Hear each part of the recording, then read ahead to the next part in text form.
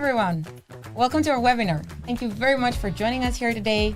We're here to talk about using AI in whistleblowing. Weird match. My name is Maria and I will be your host for today. Let's begin. So today I have with me Olaf Wolters. Olaf has 20 years of experience in digital law. He's a huge fan of using big data and agile methodologies in compliance. And he has a lot of experience setting up data-driven compliance management systems. Hi, thanks for having me. We have with us Muel Kaptein. Hi. Muel is a strong voice and professor of business ethics and integrity. He has a lot of experience in helping organizations implement all sorts of whistleblowing processes. Welcome, Muel. And with us is also Marijn Storm.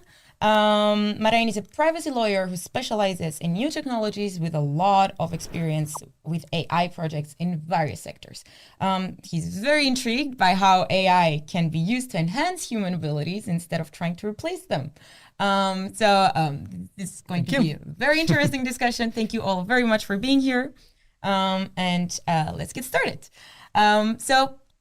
Might seem like a trivial question, but to set the tone properly for the discussion, what is AI? Well, that's indeed the million-dollar question, especially also when you look at it from the legal point of view, because there's countries all over the world right now that are trying to regulate AI. But to do so, the question is first, what are you actually going to regulate? And if we look at it just from a marketing point of view, any sort of smart or new software is called AI, even if it doesn't have any really artificial intelligence in it. So the one good thing for companies that are active in across the globe is that in both the EU and the US, they're now working towards taking the same definition of AI. So you don't have your system that in the EU qualifies as AI, but not in the US, which is important. And they're saying that to qualify as an AI system, you need to meet 4 requirements. First of all, well, it's a machine-based system. Software, which is I think obvious, that uses objectives defined by a human. So if it's totally working on its own, it's also not considered AI. And the system then creates an output based on those objectives that then has an impact on a real or virtual environment. All right, and just to make a distinction, because everyone has heard of ChatGPT or similar technologies by now, that is generative AI. Yes, and indeed, once we agree on the definition of AI, the definition of generative AI is actually relatively easy because that's just a subset of it. You have AI that generates recommendations or makes decisions, but generative AI is actually the subset that generates text or images or any other content. All right, let's dig into it. So we're here to talk about using AI in whistleblowing. So if we look a little bit at the whistleblowing process as a whole, from start to end, how could AI, like which parts of the whistleblowing process could AI contribute to? What do you think, Olaf?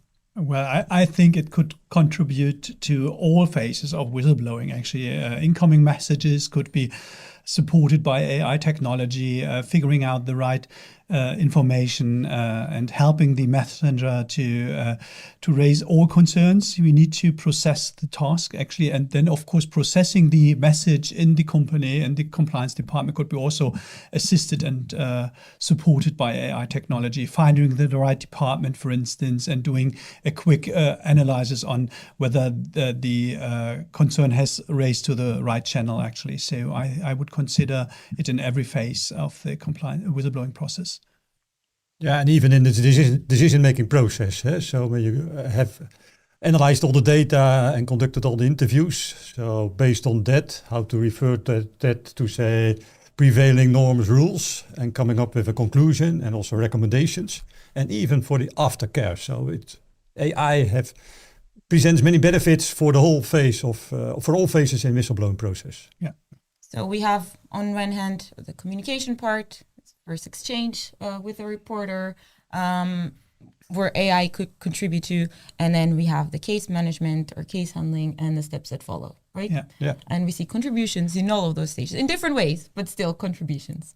Yeah, for example, just having AI in the intake, think about an avatar to which you, as an employee or a manager or an external stakeholder, report to. That's much more, say, flexible than and more approachable maybe than human beings right now. So whistleblowing in the metaverse. yeah, yeah. And then after the communication part with the case handling, let's say case management process, you mentioned, Olaf, that AI could help compliance professionals do some initial classification of reports. Yeah, of course. For instance, for international operating companies, very important to attach the complaint to the right company in your group, for instance. So this is something which can be done by an AI technology, doing the triage, how to handle the complaint or the raised concern and forward it to the right department, since this is very time consuming, could be very time consuming. And if this is combined with the messaging process, that you are already asking the whistleblower the right questions to figure out how and where to forward the message, then of course this could be very helpful, could accelerate the process. And I see a lot of benefits in this area.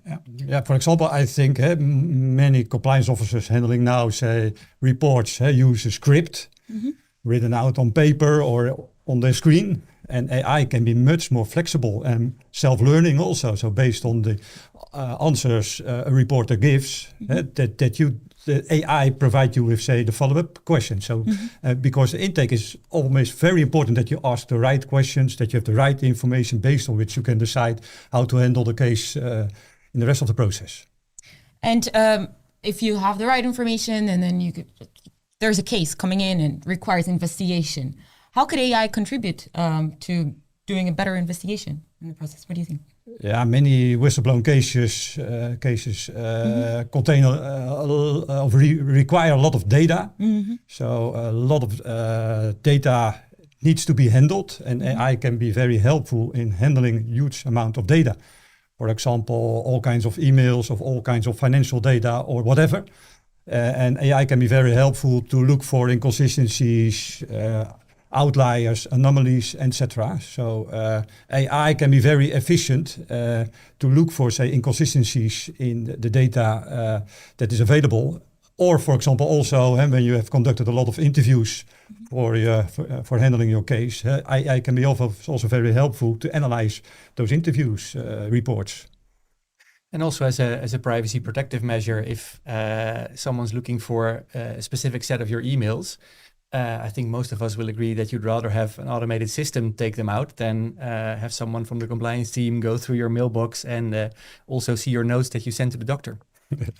Yeah, and additionally, actually, this is of course supporting my approach, saying that it's depending upon how the database of the company is, actually how much information do you have already, how digital is your company set up, actually, since AI will be just helpful if they can have access to this digital data sources, actually. So it makes sense to not just think about the messaging process, but also to all other digital systems like HR systems, as training systems and attached emails, communication systems, for instance. So this is the key for it. If you don't have that, of course, AI will have a very limited advantage for your whole overall system, actually. So combining all of these different sources of data, then another part that we could see eventually AI contributing to would be some forecasting, maybe. Yeah, but that is not a whistleblowing situation, I would say. So yes. Whistleblowing is always reactive, based on the concern, based on the report. You look what has happened, and people involved in the whistleblowing process are not looking to the future, because that's a different role and responsibility within the organization. So that's much more proactive monitoring, which is also very important, but I think not part of the whistleblowing process. Actually, it depends upon whether how strong your system and your database is, since I think a very intelligent whistleblowing system could make a forecast and can give you an idea in which area you might expect the next big issue. For instance, if you see that the training rates in your company are going down, due to something like Corona, for instance, where you don't have these extensive training situation, maybe, then of course the system can see that, we are expecting upcoming cases in this or that area, depending upon an AI forecast. But of course, this needs to be combined with other systems. I would prefer to have, say, the whistleblowing system independent from, say, all other compliance monitoring systems, because then you have also all kinds of information that is going from one system to the other, or all in one system. So, and that's maybe slightly dangerous. But yes. And I think indeed this is also the most risky use of AI, because you'd always be using historic data to then predict what people are going to do. And well, as you see exactly with, there have been some trials with predictive policing. If you say, well, this group of people is going to commit more crime, we're going to monitor them more, you will find more crime just because you monitor them more. So you create a self-fulfilling prophecy as well. Yes, exactly. And this is what we're here to discuss, exactly, that, it could contribute to this part. Should we use it for that purpose?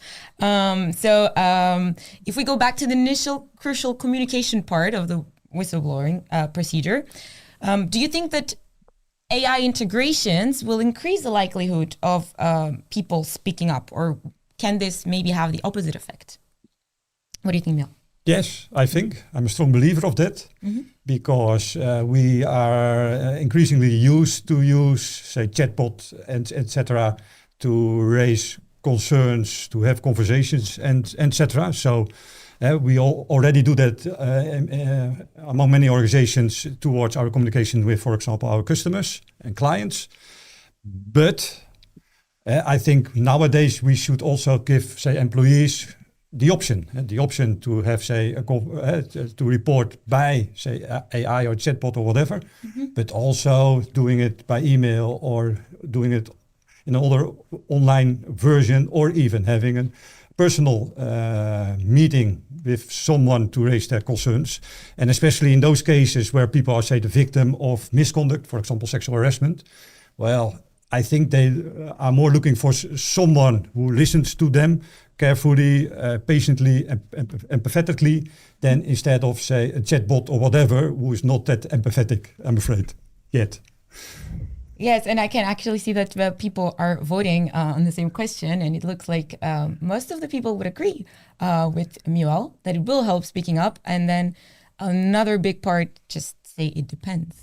Yeah, what do you think, Olaf? It really depends. That's the easy one. That's the easy one. But I think it's more attached to the implementation of the whistleblowing system itself in the company, actually. If the whistleblowing system is already established and rolled out in your company, it could be have an additional value, since it could accelerate the whole process, makes it easier actually to raise a concern. Then AI will be supporting that.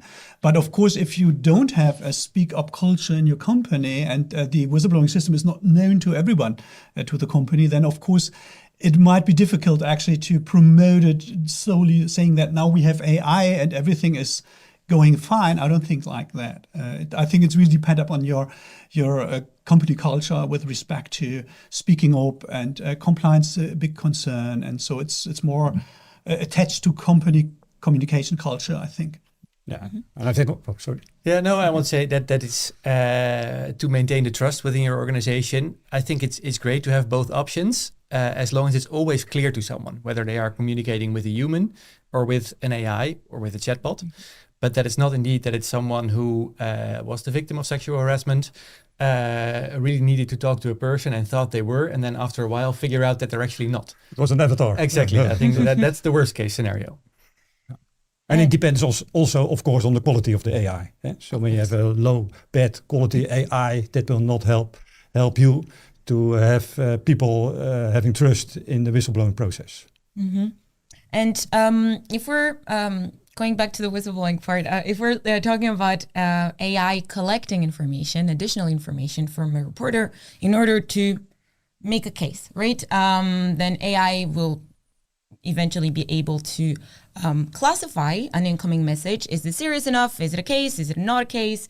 In order to do that, then AI will be basing the output on the input. So, right, the input for organizations in this case will be their code of conduct.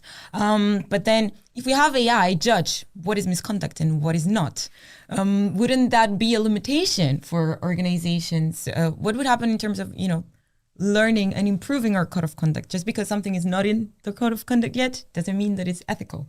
What do you think? Yeah, I work also at the university, and I see increasingly the use of AI in also doing exams among students. And there we face the same challenges, but at the same time, we really believe in the value of AI. You see also increasingly the use of AI being used in courts. So it's all from that AI can be very useful also to help you to make decisions, because it can look to the past. What is the jurisprudence or the jurisprudence? Or what are the norms and the values also externally? I sometimes ask ChatGPT to questions about what is ethics, to how should I deal with a dilemma, or what is the current morality about, for example, sexual relationships in organizations. And well, the response is tear-jerking usually. I'm quite impressed by the quality of that. So you can also use AI as a database of, say, morality. I think that is a huge advantage also of AI. I would consider AI as a moral instance, actually. So I don't expect that AI will take decisions. Actually, for me, it's a tool. It's supporting the process. It makes it easier actually to grab all necessary information, can give recommendations maybe on a really large basis of data.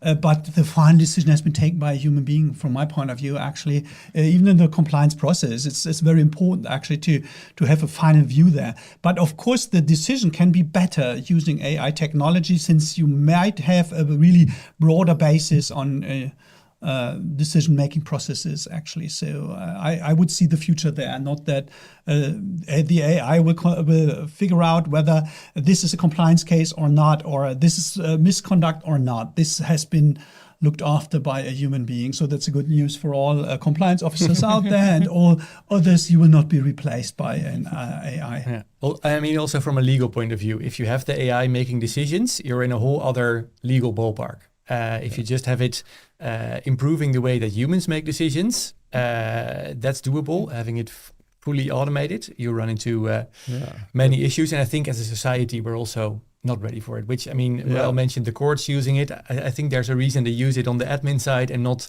to replace the judge. Yeah, but I see among many schools and universities right now, they use also AI in the grading process. So, and grading is decision-making, is evaluating. So, but of course, there should always be human oversight. So I fully agree with you, but I think we should also turn it around. Suppose that AI is doing everything, except there are good reasons not to do it, and let's do it by human beings. So, and I wouldn't blow up this whole discussion, actually, since we already have areas where AI is already taking decisions. For instance, financing processes in banks, for instance, they are really automized functions after the decision has been made by a technology, whether you got a credit or not, so or a loan or not. And so this is something we are used to it. And I think you really be careful, but I think in compliance, you will not have these automized and that's decision-making process. That's what I wanted to connect it to, because, for example, for a compliance officer, if a case comes in and it's, number-based, so it's like, regards fraud or something that can be measured, it can be like there's data to compare it to, then AI could eventually do a lot of the initial filtering, let's say, or like, oh yes, this is indeed outside of the scope of our code of conduct, whatever, numbers are different, have a look at it. But if it's a case that comes in that is, about like more sensitive topic, harassment, for example, then the compliance officer really needs to be there, because they have to interview the person, they have to understand what they're coming from. And that's maybe something that you cannot get out of using AI. So then the good news is what you were describing earlier, Olaf, that AI will not be able to completely replace compliance officers or other ethical roles. But I would say that the good news is that AI can be very useful for compliance officers to do their work better. Exactly. Yeah. That's By the way, I see the results in this in the poll that most people think that AI is not very desirable to be used for deciding on whether it's misconduct or not. Maybe it's mostly Dutch viewers who have seen that our government, when they use AI, it usually goes wrong in the most horrible ways. We also have a really nice comment from Mirko, who agrees that AI, a limitation of AI, it's that it won't be able to identify sentiment. Not yet. Not yet. Not yet. But I think it is especially important that you have, say, a high quality AI that is ethical and that we invest in that instead of defending, say, the human autonomy. Yeah, and let's continue on the topic of have a report that comes in and is very sensitive, contains a lot of sensitive data, but it is initially treated by an AI, like my whistleblowing tool uses AI integrations. What happens there in terms of GDPR? Well, from a GDPR point of view, the easy thing is that the GDPR doesn't care about the technology that you use. So if you are doing exactly the same as you're doing today, but tomorrow you use an AI to help you do it, the GDPR would treat that exactly the same.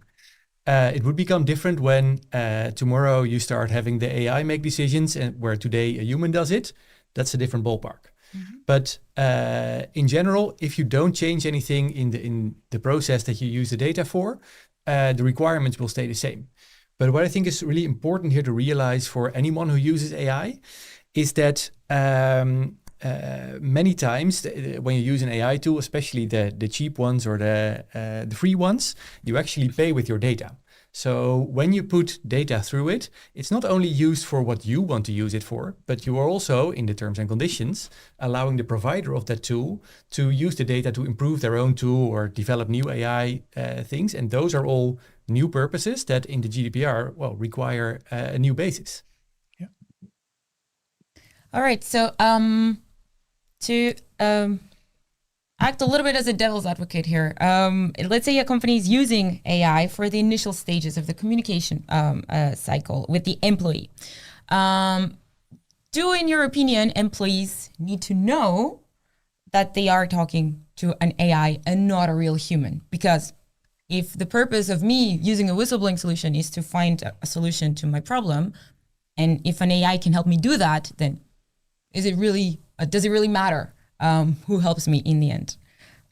Well, from my opinion, of course, it does matter, actually. You need to know who to speak to, and it depends upon the channel. Of course, chatbots are already used in customer support processes as well as in whistleblowing systems, actually. So the people know that maybe they got an automized answer. But at the end, actually, it's really important to know whether there is a person on the other side or is there an AI technology. And so I think transparency is key there, and it's very important to make this transparent, how intense the AI involvement might be here. And of course, I think upcoming regulation will ask for that as well. So you will need to label it anyhow. But with respect to have a trustful whistleblowing system, it makes totally sense to play there with open cards and to give all necessary information also to the whistleblower, how his message is treated and how it is processed. Yeah, I fully agree. So the whistleblower procedure is all about openness, speaking up, transparency, that people have to trust. So when the process itself is not open, transparent, clear, honest, etc., it will not fly. Uh-huh. And I think you can also flip it around. If you did a good job at choosing an ethical AI that works well, why would you hide it? You would only hide it if there is something to hide. Very true. And I can see that most of the people watching us agree with us. The vast majority, actually, as you can see, 82%. We already saw it.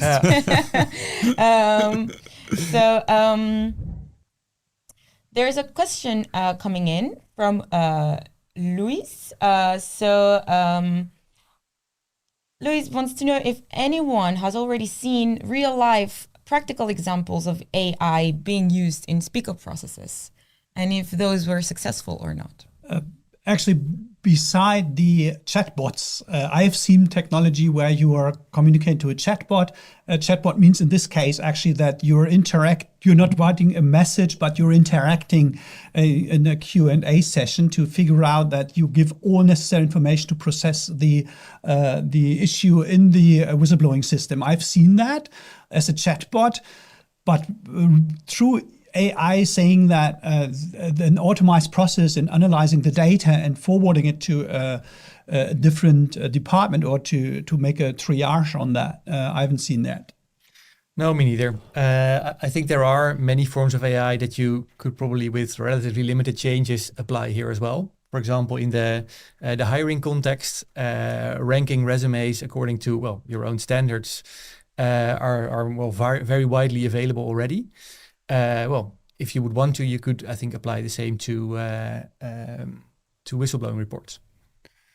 Yeah, at the KPMG where I work, the Department of Forensic, 25 people work there doing investigations into misconduct by, say, technology glasses on. So AI is especially nowadays used in the investigation process, handling a lot of data, etc. So I expect there nowadays that organizations can most benefit from using AI. And then increasingly also use AI in the intake, in the communication upfront. And finally, maybe in the decision-making process as a tool, as an instrument, but not right now. Yeah. And we have another very interesting question from Wim, who asks that specifically to whistleblowing, how could we avoid that a bot repeats some biased results that previously happened in the company? Yeah, well, I think for any, and in an AI context, it's usually called the feedback loop, which happens if you have an AI that's automatically learning. For example, if you are showing job advertisements and it's only the men clicking on it, and then the algorithm automatically decides, well, then I'm never going to show it to women again. Always a problem, these feedback loops. So you shouldn't automatically incorporate feedback into the tool itself. You should just collect all the feedback over, 2-3 months, then make a new version, do the bias tests on the new version, and then apply those learnings. But don't do it automatically over time. And I think this is also a normal process we are seeing also in other legal areas where AI is used to take legal decisions or to evaluate a certain case from a legal perspective. And of course, you always need the human factor. I just mentioned actually that the final decision, that also for the feedback loop, it's very important to verify, to analyze the result out of the process. I think this will be something which will be done anyhow, actually, to also do a quality control on the AI process. Everybody will do that. I think in customer support, customer communication, this is already done, actually, I think. So this is something where we are combined to other areas, actually, where the AI process might be very much advanced, actually, like figuring out and finding the right solution for the customer or for the messenger in our whistleblowing process. Yeah, but say AI can be biased. Human beings are biased, at least. So it's the challenge to find the best of both worlds. And I think especially in the development of the AI and how to combine that with human interaction and human oversight on the one hand, and also testing and checking and monitoring that. So I think also AI auditing will be also very crucial, that you really know that the whole process is, say, ethical. But these checks and balances procedures are very much known to the digital industries. Actually, so that's, for instance, if you're working for a social media platform, you already have to figure out whether a message is harassment or not. Actually, so these processes can be adopted, and I think there is already something. Of course, it's a discussion on whether there are bias or not, and of course, for quality protection reasons, I think you're forced to do something with respect to that, and not just accepting what the AI is.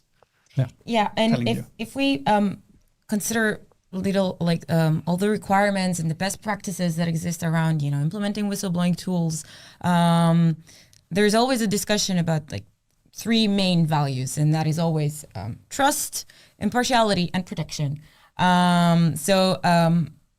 In using AI to enhance, our capabilities for the compliance team, to conduct better case investigations, what will the effects be on these 3 values? Can AI help us, increase the protection for the whistleblower? From my perspective, of course, it can actually to shape the process, but give a better quality into the process, actually to help the messenger actually to to get better result out of the whistleblowing process. Of course, trust is the first and the most important thing. Only a trustful process will help the messenger actually to raise a concern. If you're burning your whistleblowing system by not handling cases or not having a trustful procedure behind it, and this means also to communicate consequences out of it. For instance, something which comes from the whistleblower directive already, that you need to inform also the whistleblower on the result, the outcome out of his concern or his message. This is recommended actually. So trust is the main topic, and AI can help that to have a better and a trustful system.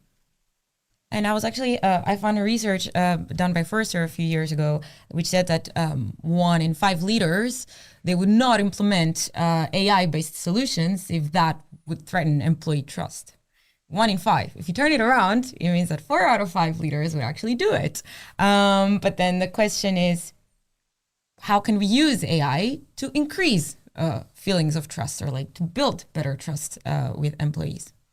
Yeah, I think any trust in AI is dependent on explainability. I don't think as humans we'll ever be able to trust a system that is a total black box and we have no clue what happens inside. Then, if it goes against us, we'll always say it's biased because we can't show that it's not. So I think that explainability there is the key requirement for AI systems to be trustworthy. Is that the case? Because when I walk over a bridge, I can't explain why that bridge holds me and why that bridge is standing there. I trust the system around it. Instead of that, it should be explainable, because maybe in the end AI can't be explainable because that's generative AI, that it can't in the end be that explainable that we want to have it. Yeah, with the difference that the bridge has been standing there for a long time. Yeah. And I think with any new developments that are going so rapidly like this, humans, and at least myself, I have difficulty trusting it if it's not explainable to me at all.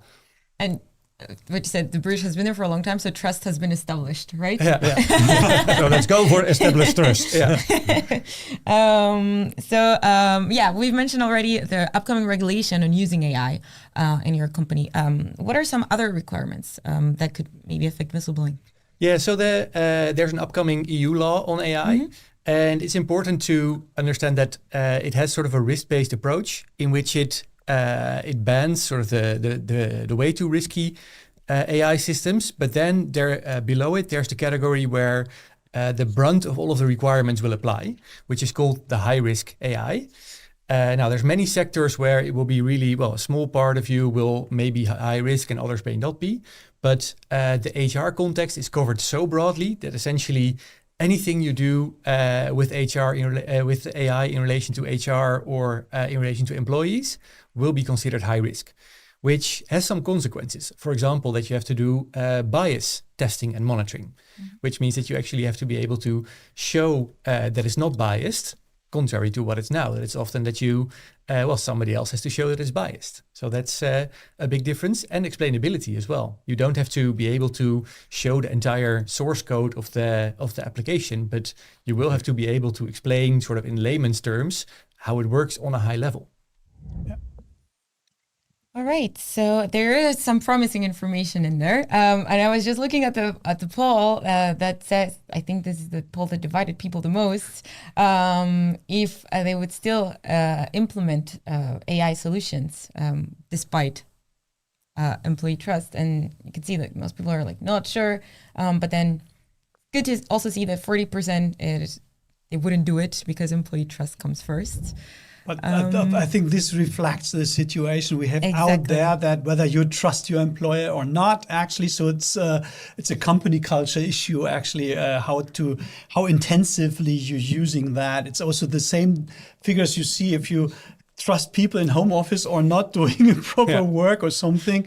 I would consider that. And of course, transparency is very important, that everybody knows what is going on there. And I think this is also a benefit for all participants, also for employees, employer. Actually, everybody knows that as more transparency is in there in the process, as better it is. So explain it to the people makes it easier. Of course, it just mentioned that communication is key, not just company culture, but also communication culture in the company.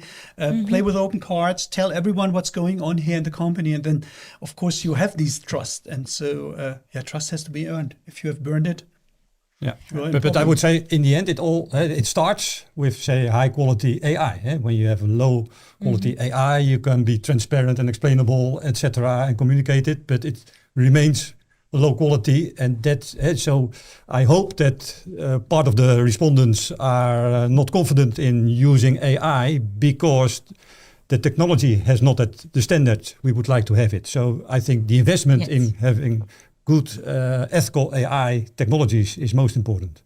And I see that we have another message from Joost, which is interesting because it builds a little bit on what we were discussing earlier. So the question is, if the bridge that we were talking about earlier were to it totally change every day, it's a different bridge, would it still maintain the same level of trust? Well, I think that if indeed it changes every day, but after 1,000 days it's still there, it will have trust. But if it changes every day and 50% of the days it breaks down, it probably won't.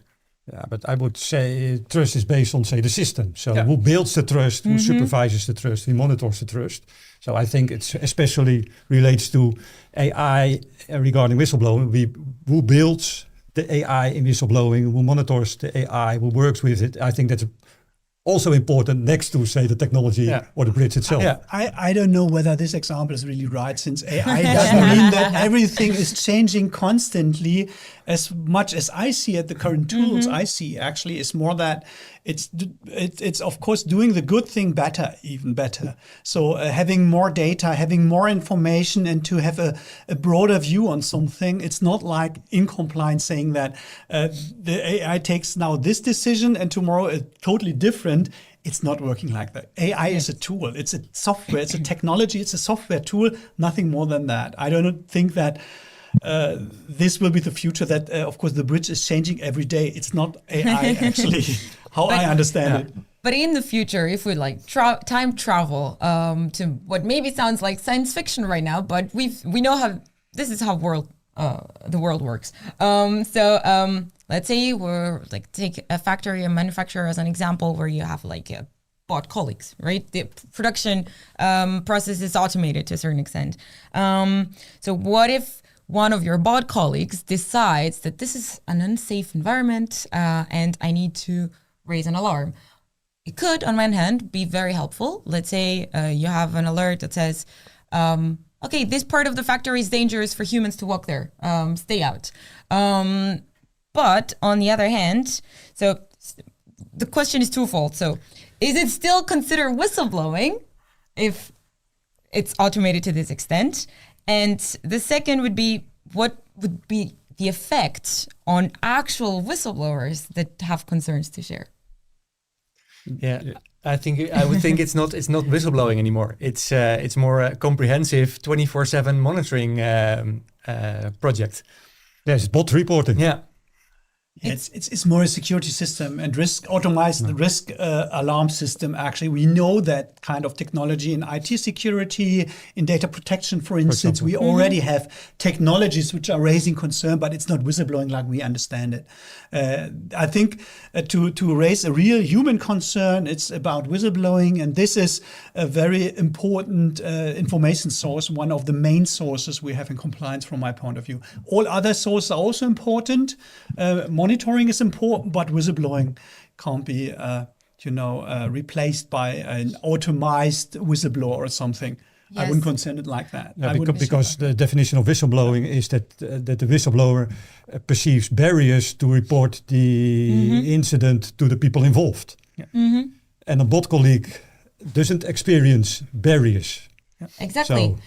So my question was, eventually, if you have bot colleagues that can raise the alarm, you can still technically provide more protection for your employees, right? Of course. And it's definitely going to be maybe a way to be more impartial. But then the effect on the employees working there in terms of whistleblowing, do I raise this concern? I know this bot is monitoring us 24/7. They're going to know anyways. So yeah, but your computer is also monitoring what you do behind your computer. So it's already there. And maybe at the end, if the people are relying just on technical systems, maybe they're too lazy to raise concerns. So I wouldn't really advise on doing everything now fully digital, automized. So don't do anything. I think this would point in the wrong direction. I think you really need the people to encourage them to speak up and to raise concerns. You cannot just rely on technical systems, not in compliance. And we mentioned the culture of trust quite a few times by now. If you really feel the need as a company to implement a full-scale monitoring system in which you monitor your employees all the time, is there really any trust if you feel that you have to monitor them like that? I doubt it. Yes, and it's quite interesting to see that, it feels like a race. A lot of people are discussing. I was listening to a podcast before preparing for this interview, and it was the ex-chief business officer of Google X, and he was explaining, we all very much understand the dangers and the risks involved in all of this AI revolution, but it feels like a race. So unless we get on the train, we're going to miss it. So it feels like this is a one-way street, and it seems like this is where we're all heading to. So what would your advice be for companies to start preparing? Well, indeed, in my view, right now, because we don't really have AI laws in the world, it's very much a race to the bottom, where the only focus is on how advanced can we make it, what can we do, and no real thought is given to what should we do. And also not human rights like privacy rights are often not respected. So, but the good news is we are getting AI laws in Europe, but in many other jurisdictions around the world. Mm-hmm. So given that those laws will not only apply to new AI systems, but also to AI systems that are already in the market, and that is not going to be too much longer, at least here in Europe, before we get the law. If I would be building an AI system right now, I would already be looking at the transparency and explainability requirements that my system needs to comply with to be sure that I don't spend a lot of money right now on a system that will be illegal in 2 years.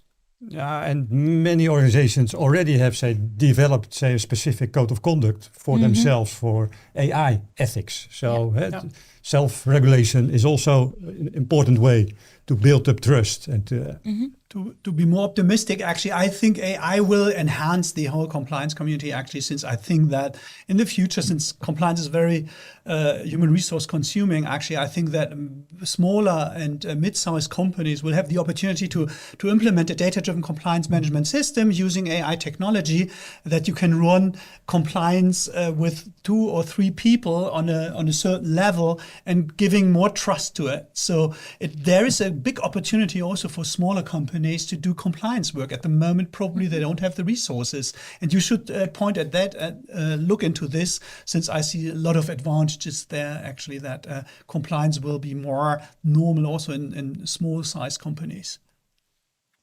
That's promising. And I see that our time is almost up. So to sum it up a little bit, I think we all agree that at the end of the day, this is all about culture. This is why organizations implement whistleblowing solutions in the first place, is to enhance their culture, right? And if, other than being compliant, if at the end of the day, AI can help us do that better, then it's not necessarily a bad thing. As a conclusion, what do you think? Is AI and whistleblowing a good match or a risky area? I think it's a good match if it's done right. Yeah, I would say it's both, and it depends on what you make out of it as an organization. And by the way, I asked ChatGPT to ask for the ethical risks of AI in whistleblowing, and I think we all addressed them, by the way. So ChatGPT also is very helpful. And also, by the way, the benefits of AI in the whistleblowing process. So thanks to AI. Yeah.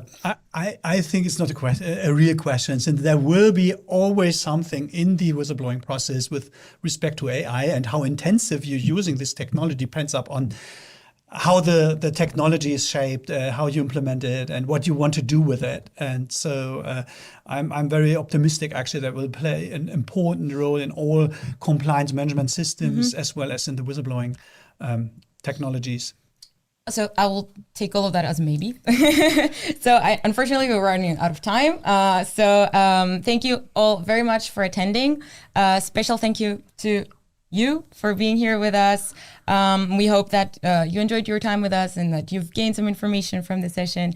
And as a last note, because we plan on hosting more webinars in the future, we'd like to ask for your help. So after you close this little window, there's going to be a little survey for you to fill in.